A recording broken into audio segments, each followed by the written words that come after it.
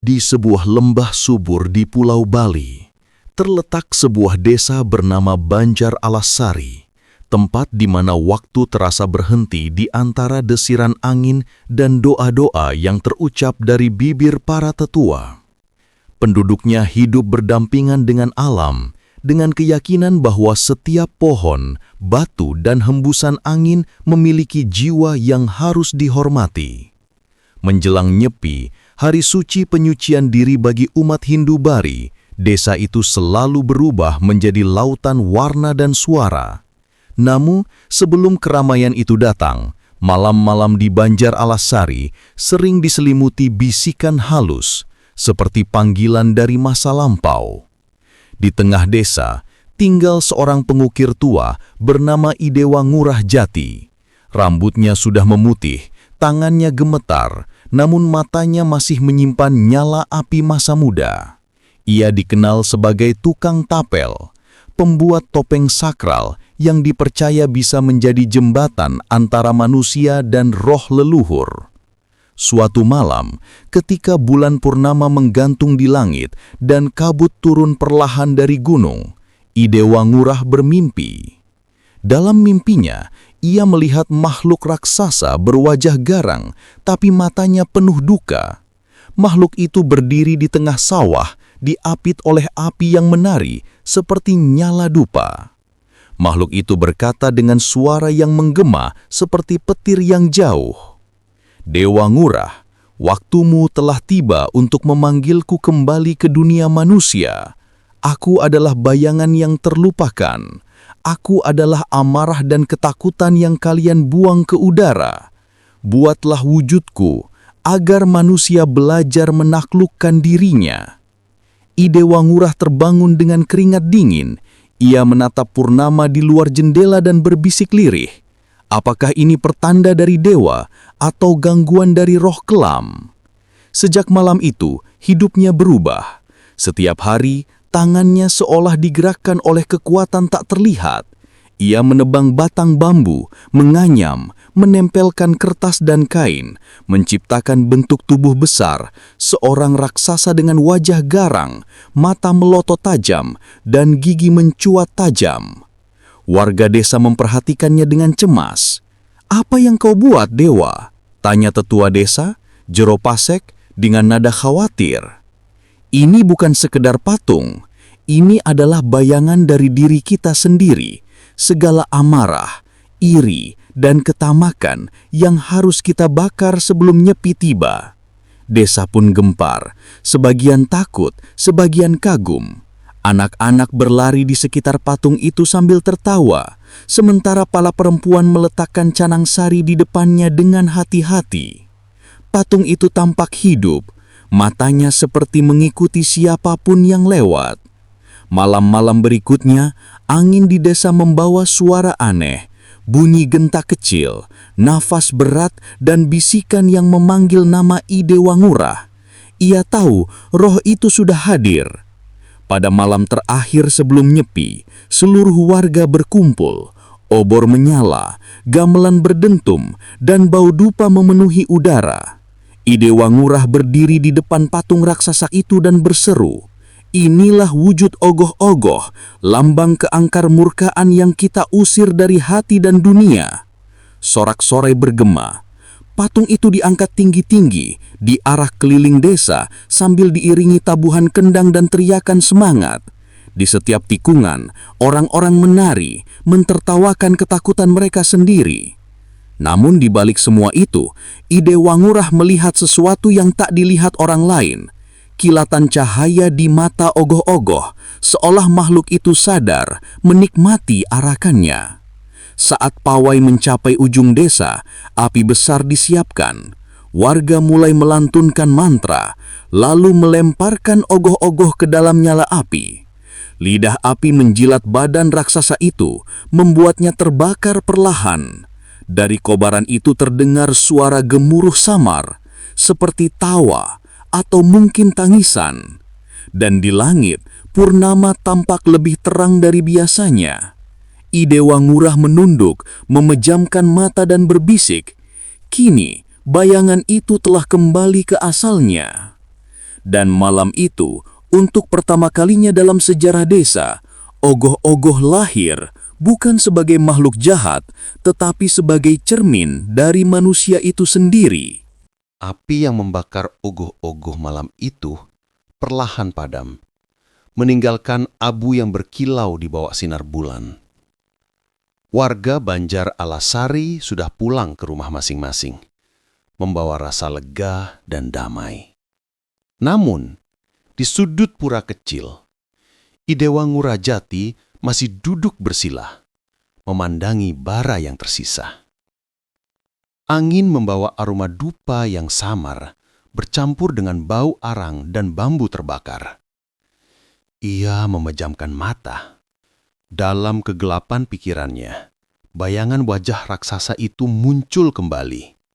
Bukan dalam wujud mengerikan, tetapi sebagai cahaya lembut, seolah mengucap terima kasih.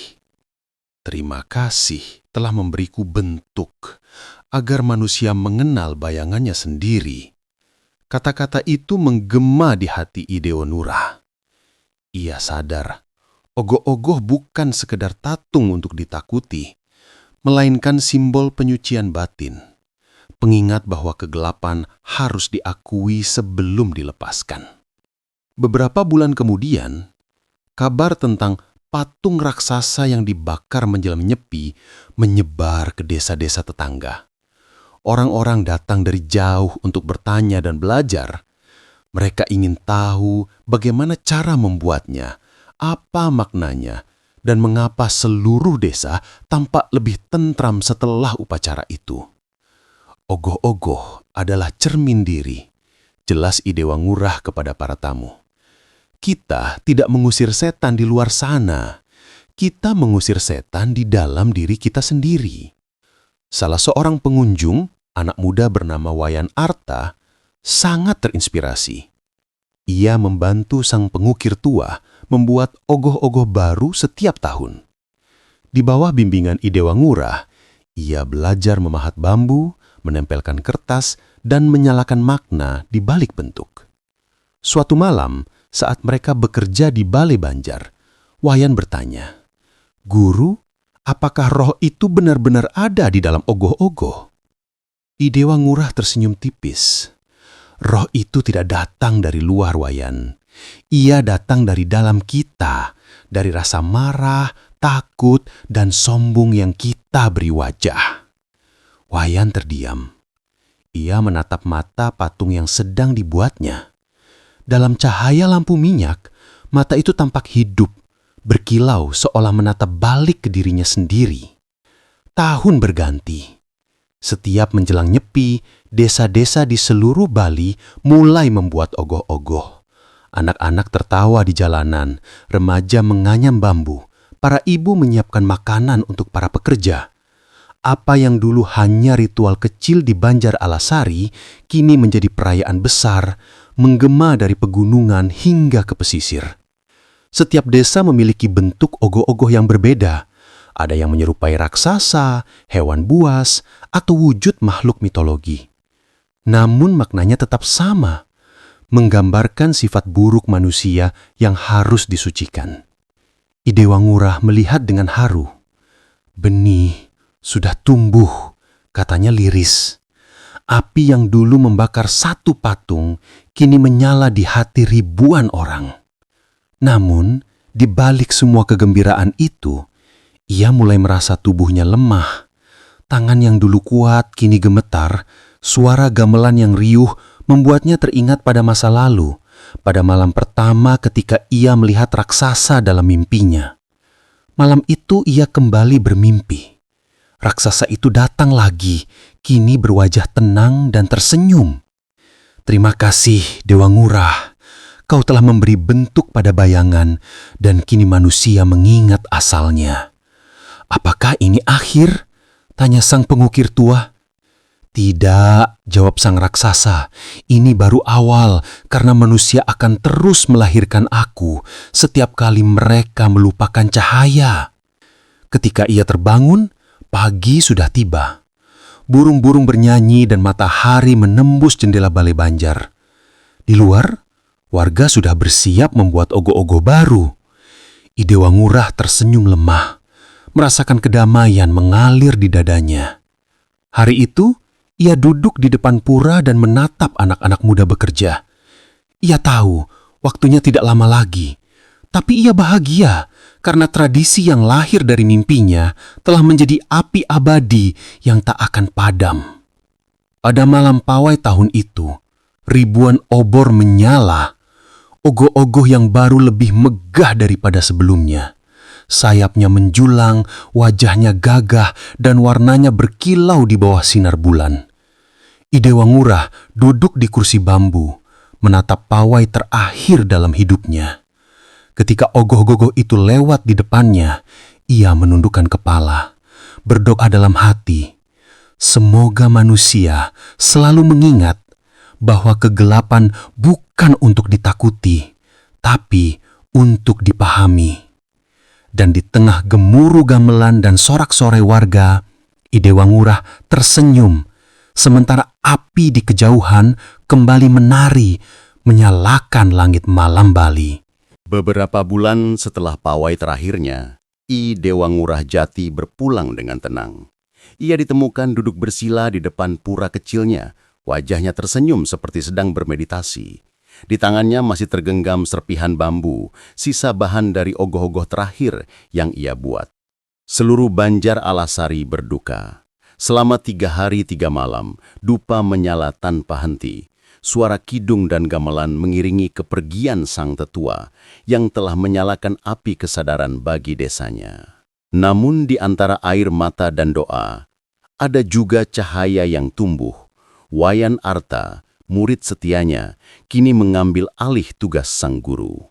Ia tidak hanya melanjutkan tradisi, tetapi juga berjanji untuk mengajarkannya kepada anak-anak muda agar semangat itu tidak padam. Guru sudah berpulang, ucapnya di hadapan warga. Tapi ajarannya hidup di setiap anyaman bambu, di setiap senyum anak-anak yang belajar mengusir kegelapan di dalam dirinya sendiri. Sejak hari itu, Balai Banjar menjadi tempat baru bagi pembelajaran. Setiap sore, suara tawa anak-anak terdengar di antara deru pisalu bambu. Wayan mengajari mereka cara membuat bentuk, menyeimbangkan proporsi, dan yang terpenting, menyertakan doa di setiap helai karya. Musim nyepi kembali tiba. Kali ini ogoh-ogoh dibuat lebih besar, lebih berani, dan lebih penuh makna. Wayan memimpin para pemuda membuat raksasa bertanduk 3, simbol dari amarah, keserakahan, dan kebodohan yang harus disucikan. Setiap malam, warga datang membantu. Ada yang menenun kain, ada yang mengecat wajah raksasa itu dengan warna merah darah. Ada pula yang menyalakan dupa agar roh baik menjaga prosesnya. Desa terasa hidup, hangat, dan bersatu. Namun suatu malam, ketika Wayan sedang bekerja sendirian, angin bertiup kencang, lampu minyak bergetar, bayangan ogoh-ogoh tampak menari di dinding. Suara lembut terdengar dari arah bambu yang tergantung. Wayan Arta. Ia tertegun. Suara itu lembut tapi dalam, seperti datang dari mimpi. Siapa di sana? Dari bayangan patung itu, muncul cahaya samar menyerupai sosok Idewa Ngurah. Wajahnya tenang, matanya bersinar lembut. Jangan takut, muridku. Aku datang bukan untuk menakutimu. Aku hanya ingin memastikan api itu masih menyala. Guru, api itu hidup, jawab Wayan lirih. Kami semua menjaganya. Ingat Wayan, kata sang arwah. Ogoh-ogoh bukan sekedar patung, ia adalah doa dalam bentuk rupa. Jangan biarkan manusia melupakan maknanya di tengah kemegahan. Bayangan itu perlahan memudar meninggalkan aroma dupa yang harum dan rasa damai di hati Wayan. Ia tahu, kehadiran gurunya bukan mimpi, melainkan restu. Hari pawai tiba, matahari tenggelam di barat, meninggalkan langit jingga yang menyala. Ogoh-ogoh raksasa berdiri gagah di tengah lapangan, dikelilingi warga yang berpakaian adat. Gamelan mulai berdentum, gendang berpadu dengan sorak-sorai. Wayan berdiri di depan barisan, membawa obor kecil. Kita tidak sedang menakuti roh jahat, kita sedang menaklukkannya di dalam diri kita sendiri. Sorakan menggema, ogoh-ogoh diangkat tinggi-tinggi di arah keliling desa. Anak-anak menari, para penabuh memukul kendang seirama jantung bumi. Suasana berubah dari pesta menjadi upacara suci. Ketika pawai mencapai puncak, Wayan menyalakan api besar di tengah lapangan. Ogoh-ogoh diletakkan di atasnya. Api menjilat tubuh raksasa itu, membakar kertas dan bambu menjadi bara merah yang indah. Di antara kobaran api, Wayan menatap langit dan berkata dalam hati, "Guru, lihatlah, ogoh-ogoh kini telah menjadi milik semua orang." Angin berhembus lembut, membawa abu ke udara, seperti bintang kecil yang terbang ke langit. Dan dari antara asap itu, sekilas Wayan melihat sosok I Dewa Ngurah tersenyum, lalu lenyap bersama cahaya purnama. Sejak saat itu, tradisi ogoh-ogoh di Banjar Alasari menjadi legenda. Desa lain datang belajar, seniman muda terinspirasi, dan setiap tahun ribuan patung dibuat di seluruh Bali. Setiap kali api membakar ogoh-ogoh, orang-orang tak hanya melihat patung yang terbakar, tapi juga diri mereka sendiri yang dimurnikan. Bagi Wayan, itu bukan sekedar ritual. Itu adalah panggilan jiwa. Ia tahu, selama manusia masih punya amarah dan ketakutan, ogoh-ogoh akan terus lahir, membawa pesan dari masa lalu yang abadi. Tahun demi tahun berlalu. Desa Banjar Alasari kini berubah. Jalanan sudah beraspal, rumah-rumah berdinding semen, namun aroma dupa dan denting gamelan masih terdengar setiap menjelang nyepi. Tradisi ogoh-ogoh tak pernah pudar. Justru sebaliknya, ia tumbuh, menjalar, dan menjadi denyut nadi budaya Bali yang dikenal hingga ke seluruh dunia. Di Balai Banjar yang dulu dibangun oleh I Dewa Ngurah, kini berdiri Sanggar Seni Api Sukma, dipimpin oleh Wayan Arta dan para muridnya. Mereka bukan hanya membuat ogoh-ogoh untuk ritual, tapi juga untuk pameran, pendidikan, dan bahkan pertunjukan yang mengajarkan filosofi keseimbangan. Ogoh-ogoh bukan sekadar karya seni, kata Wayan kepada para wisatawan yang datang.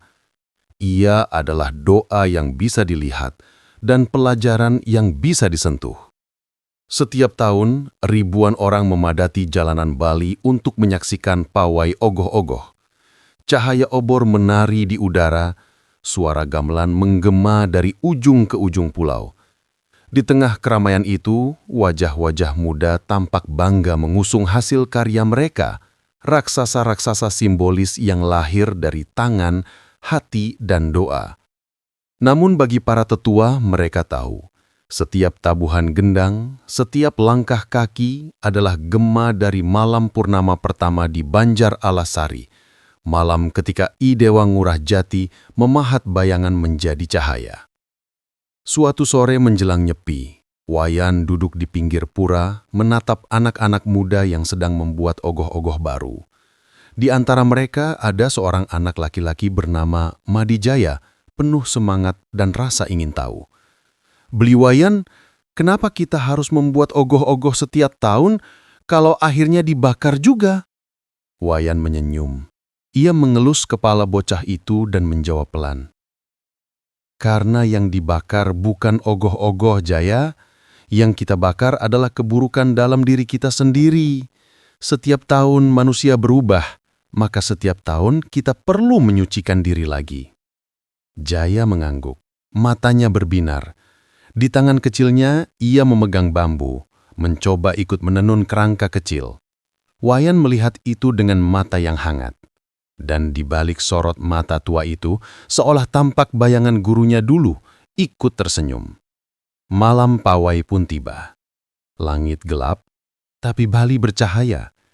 Dari Denpasar hingga Ubud, dari Kintamani hingga Karangasem, ribuan ogoh-ogoh diangkat tinggi-tinggi, seakan menantang bintang-bintang. Ada yang berwujud raksasa api, ada yang berupa naga laut, bahkan ada yang menggambarkan keserakahan manusia modern. Namun di tengah semua kemegahan itu, di Banjar Alasari, Wayan memilih bentuk sederhana. Raksasa berwajah damai, satu mata menangis, satu mata tersenyum. Ia menamai patung itu Bayu Sagara, lambang keseimbangan antara kekuatan dan kelembutan. Ketika gong pertama dipukul, desa pun bergetar. Anak-anak menari di depan, pemuda mengusung patung, perempuan menyalakan dupa dan menyanyikan kidung. Api obor bergoyang tertiup angin laut dan dari kejauhan terdengar gemuruh seperti nyanyian bumi. Pawai itu bukan sekedar pertunjukan, ia adalah doa yang bergerak. Setiap langkah, setiap tabuhan, setiap nyala api adalah cara manusia Bali berbicara kepada alam dan leluhur mereka. Ketika ogoh-ogoh Bayu Sagara akhirnya dibakar, Wayan berdiri di depan api dengan mata berkaca-kaca. Dalam cahaya merah yang berpendar di wajahnya, ia merasakan sesuatu, bukan kehilangan, melainkan perpindahan makna. Guru, besiknya lirih. Lihatlah, ogoh-ogoh kini bukan hanya milik desa, tapi milik dunia. Tapi maknanya tetap sama, menaklukkan bayangan dalam diri. Angin laut berhembus lembut membawa abu ke udara. Dalam kepulan asap, seolah tampak tiga sosok. Idewa Ngurah Jati, raksasa dari mimpi, dan Wayan muda. Mereka tersenyum, lalu lenyap dalam cahaya bulan. Wayan menatap langit, lalu berbalik pada murid-muridnya. Jaga api ini, karena selama manusia masih punya bayangan, ogoh-ogoh harus tetap ada. Kini, bertahun-tahun kemudian, setiap kali Nyepi tiba, seluruh Bali berhenti. Tidak ada suara kendaraan, tidak ada cahaya lampu, hanya keheningan yang dalam dan agung. Namun di balik keheningan itu, di dalam hati setiap manusia masih bergema tabuhan gamelan dari masa lalu. Ogoh-ogoh telah menjadi lebih dari sekadar ritual. Ia adalah pengingat bahwa cahaya dan kegelapan hidup berdampingan di dalam diri manusia. Bahwa api bukan untuk menghancurkan, tetapi untuk menyucikan. Dan bahwa warisan sejati bukanlah benda yang ditinggalkan, melainkan nilai yang terus hidup di dalam hati. Ketika matahari pagi terbit di hari Nyepi, pantulan cahayanya mengenai abu ogoh-ogoh yang masih hangat di tanah. Abu itu berkilau seperti debu emas. Angin meniupnya perlahan ke arah munduk, ke arah laut, ke arah dunia. Dan di antara desir angin, terdengar suara samar. Selama manusia masih bisa bermimpi, ogoh-ogoh akan tetap hidup.